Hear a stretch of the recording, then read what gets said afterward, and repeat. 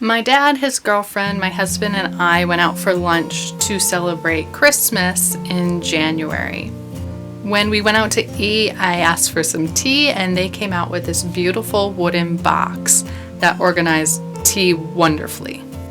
Ever since seeing that and myself being a big tea person, I've wanted a tea box for myself, but I am a saver at heart. I have a hard time buying things that I truly want, and I like to wait on them to make sure it's something that I do want and need and will use and love. That being said, I had an Amazon page open for about 2 months of a tea box that I wanted to buy, but I didn't. A couple days ago, I noticed that I accidentally clicked out of all of my tabs on my phone, and that tea box was no longer to be found.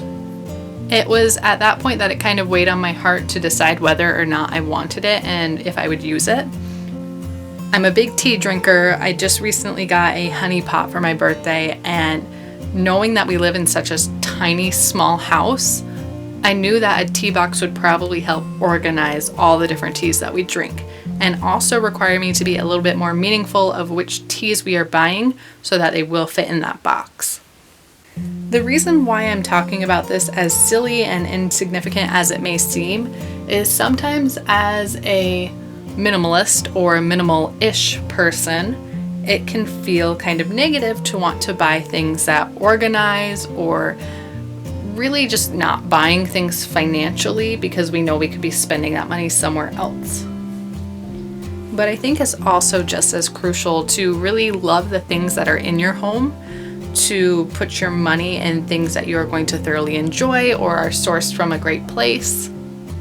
And even though we don't necessarily want to go out and just buy a ton of stuff, there's nothing wrong with buying one thing that's meaningful to you, or buying 5 or 10 things that are meaningful to you to make your home feel more like home.